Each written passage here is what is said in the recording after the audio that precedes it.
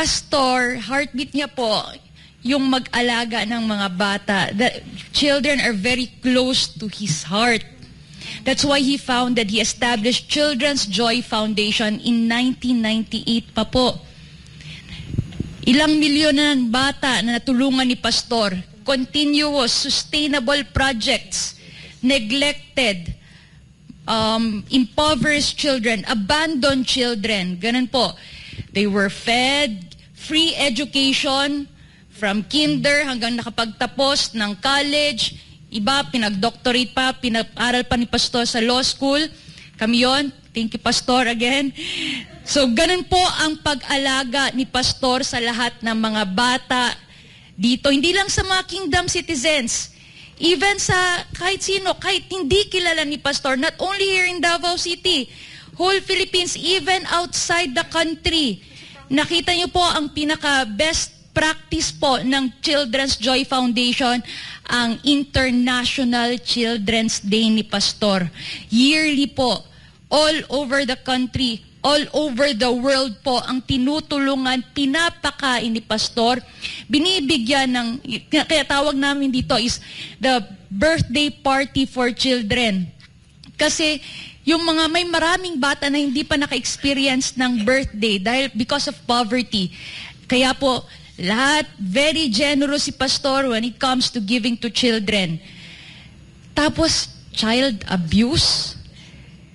Yun nga, like I said, it's like accusing former President Rodrigo Duterte of drugs. Yun yung pinakaayaw nila. 'Di ba? Yun yung kumbaga, yun yung favorite nila na kung si PRRD, buksain yung drugs, si pastor naman alagaan yung mga bata until they grow up, na they can be used in the society, they can contribute, they will not be a burden to this country, but instead, they will continue to, it's a ripple of love. What pastor gave them, shown them, they will also do the same to the other children. So, ganun po. So, filing child abuse kay pastor, kaya nga sa 2020 pa lang, dismissed. On what ground? For insufficiency of evidence, lack of probable cause. Meaning po, pastor has not committed the crime. And that's why ngayon na inaccept po siya sa court, it's like it's a fundamental flaw on the part of the prosecution to present any evidence. Wala talagang evidence, insufficient, lack. Wala talaga. And then here comes, it was revived after 4 years without new evidence, so very questionable.